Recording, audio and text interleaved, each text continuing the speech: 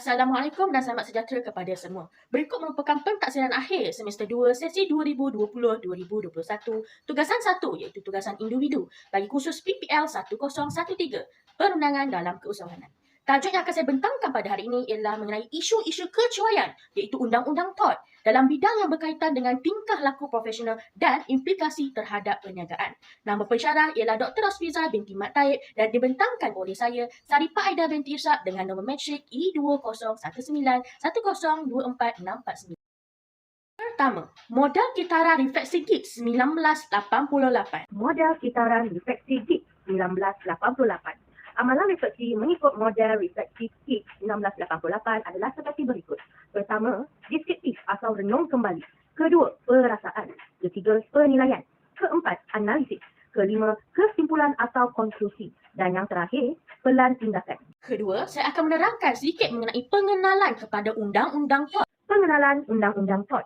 Perkataan TOT ini berasal daripada bahasa Latin iaitu tortus yang membawa maksud salah. Undang-Undang TOT merupakan sejenis undang-undang yang dirujuk bagi kesalahan sivil di mana pihak yang cedera dapat meminta ganti rugi. Kesalahan yang dilakukan biasanya adalah dengan sengaja atau disebabkan oleh kecuaian. Undang-Undang TOT juga merujuk kepada peruntukan ganti rugi bagi kecederaan peribadi dan kerusakan harta yang disebabkan oleh kecuaian. Pihak yang cedera sekiranya berlaku kecelakaan berhak untuk menuntut ganti rugi tanpa syarat yang keputusannya diberikan oleh hakim pengadilan berdasarkan fakta, keadaan dan jumlah kecederaan yang sebenarnya dialami oleh pihak yang cedera. Seterusnya, saya akan menerangkan tentang kes yang pertama iaitu kes Barnett v. Chelsea and Kensington Hospital Management Committee 1968. Fakta ringkas mengenai kes pertama iaitu Barnett v. Chelsea and Kensington Hospital Management Committee 1968. 3 penjaga malam telah jatuh sakit kerana minum teh. Sang pekerja iaitu Mr. Barnett telah pergi ke hospital kerana muntah-muntah. Hospital yang Mr. Barnett kunjungi telah menelefon doktor dan menerangkan simptomnya. Doktor itu tidak menyedari bahawa Mr. Barnett mengalami keracunan arsenik dan telah menyuruhnya pulang. Mr. Barnett telah meninggal dunia 5 jam kemudian akibat daripada keracunan arsenik. Ini menunjukkan bahawa doktor tidak menyebabkan kematian Mr. Barnett, tidak memeriksanya kerana tanpa memeriksanya pun Mr. Barnett pasti akan mati. Apa yang berlaku dalam kes Barnett v. Chelsea and Kensington Hospital Management Committee 1968. Kes ini berlaku pada 1 Januari 1968 di Chelsea. 3 penjaga malam telah jatuh sakit kerana minum teh. Orang pekerja itu, Mr. Barnett, telah pergi ke hospital kerana muntah-muntah. Hospital yang Mr. Barnett kunjungi telah menelefon doktor dan menerangkan simptomnya.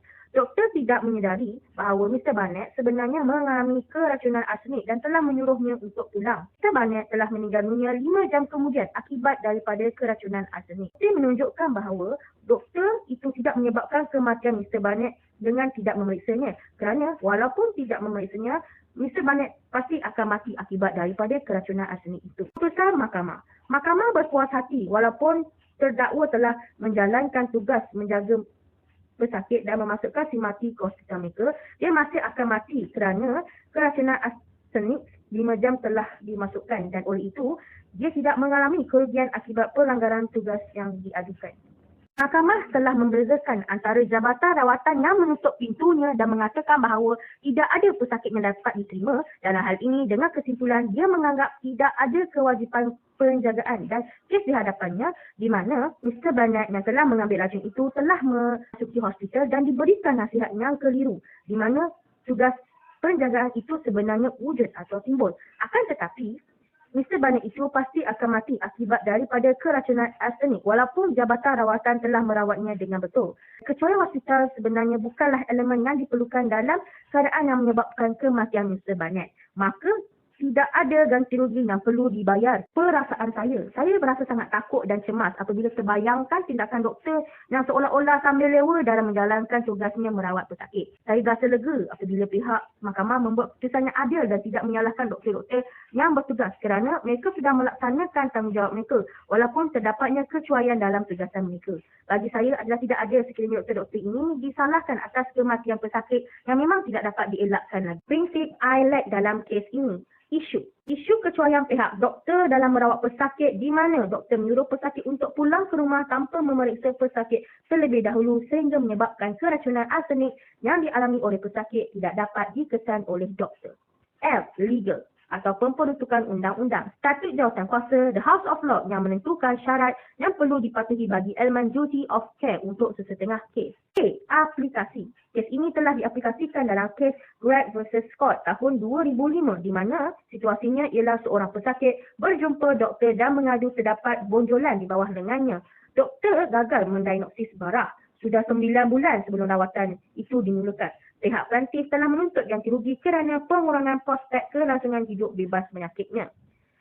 Kesimpulan. Sekiranya Mr. Barnett itu tetap mati akibat keracunan arsenik, walaupun jabatan rawatan hospital telah merawatnya dengan betul, maka ianya bukanlah disebabkan oleh kecuaian hospital. Ini bermakna tidak ada ganti rugi yang perlu dibayar kepada mangsa. Kesimpulan. Dengan adanya undang-undang TOD yang ketat, sistematik dan menyeluruh, maka semua pihak, tidak kira pesakit ataupun pihak perawat, boleh menuntut dan mendapatkan perlindungan sekiranya mana-mana kepentingan atau kesejahteraan mereka ini terjejas. Penambahbaikan. Berdasarkan kes ini, saya yakin bahawa penambahbaikan yang perlu dilaksanakan ialah pihak doktor perlu peka dengan sindrom penyakit yang dialami oleh pesakit dan kemudiannya membuat pemeriksaan secara mendalam dan menyeluruh untuk mengenal pasti penyakit yang sebenarnya dihidapi oleh pesakit.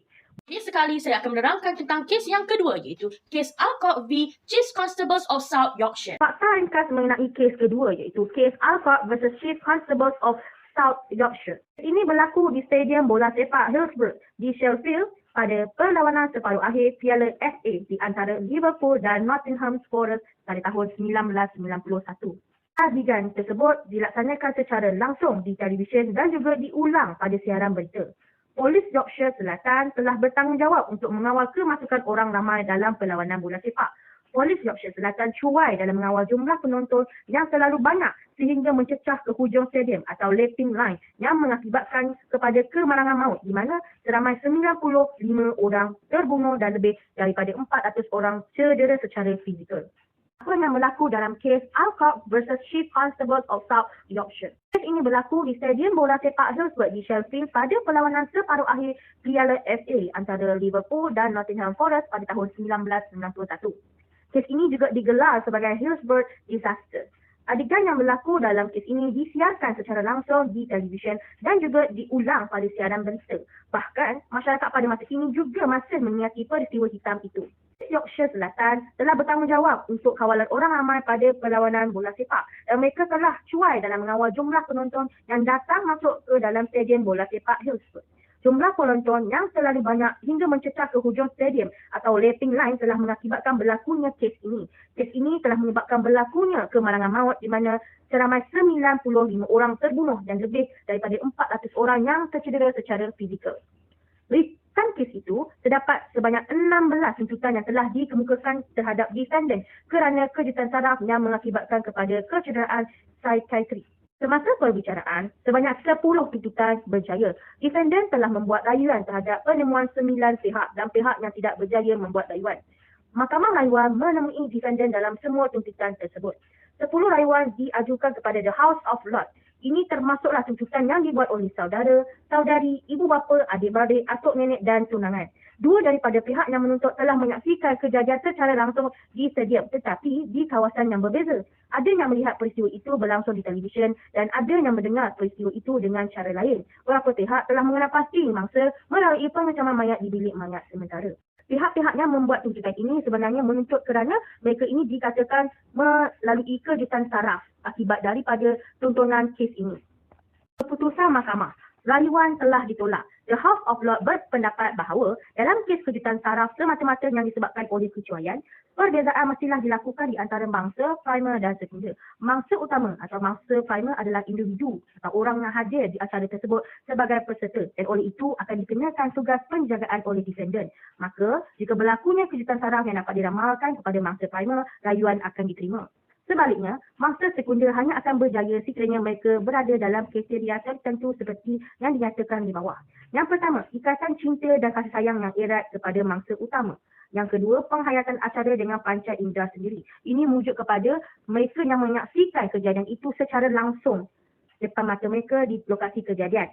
Yang ketiga, berdekatan dengan peristiwa atau kejadian selepas itu. Ini merujuk kepada lokasi mereka di mana Pihak yang membuat tuntutan ini mestilah berada di lokasi berlakunya kejadian itu dan bukannya hanya melihat melalui kaca televisyen atau radio sahaja. Dan yang keempat, kejutan saraf mestilah disebabkan oleh kejadian yang cukup mengejut ataupun berlaku secara tiba-tiba bukannya secara berperingkat. Oleh itu, pihak yang menuntut tidak dapat memenuhi syarat-syarat ini, maka raya mereka ini telah ditolak oleh mahkamah. Perasaan saya berasa sangat gerun apabila melihat tentang ramai orang yang telah terkorban dan cedera parah hanya disebabkan oleh kecuaian pihak polis Yorkshire Selatan. Saya berasa sedih melihat insan-insan yang tidak bersalah ini, terutamanya kanak-kanak meninggal dunia kerana kecuaian pihak polis. Saya berasa lega apabila pihak mahkamah membuat keputusan yang adil. Prinsip I like dalam kes ini. Isu kecuaian pihak polis Yorkshire Selatan yang membenarkan ramai penonton untuk masuk ke Stadium Hillsborough untuk menonton perlawanan bola sepak. Legal atau peruntukan undang-undang. Statut Jawatankuasa The House of Lords yang menentukan syarat yang perlu dipatuhi bagi elemen duty of care untuk sesetengah kes. Aplikasi. Kes ini telah diaplikasikan ke dalam kes Tyler vs. Somerset Health Authority tahun 1993 dan kes Page vs. Smith tahun 1995. Kesimpulan, rayuan yang telah dibuat oleh pihak plaintiff untuk mendapatkan ganti rugi daripada pihak defendant telah ditolak oleh mahkamah kerana tidak memenuhi beberapa kriteria yang melayakkannya. Kesimpulan, dengan adanya undang-undang tort yang ketat, sistematik dan menyeluruh, maka semua pihak yang terananya berpeluang untuk tampil ke muka pengadilan untuk menuntut hak milik dan ganti rugi serta pampasan yang patut mereka miliki. Penambahbaikan. Berdasarkan kes ini, saya yakin bahawa penambahbaikan yang perlu dilaksanakan ialah pihak polis perlu peka dengan jumlah had penonton yang boleh berada di stadium dalam suatu masa agar peristiwa hitam seperti itu tidak berulang lagi.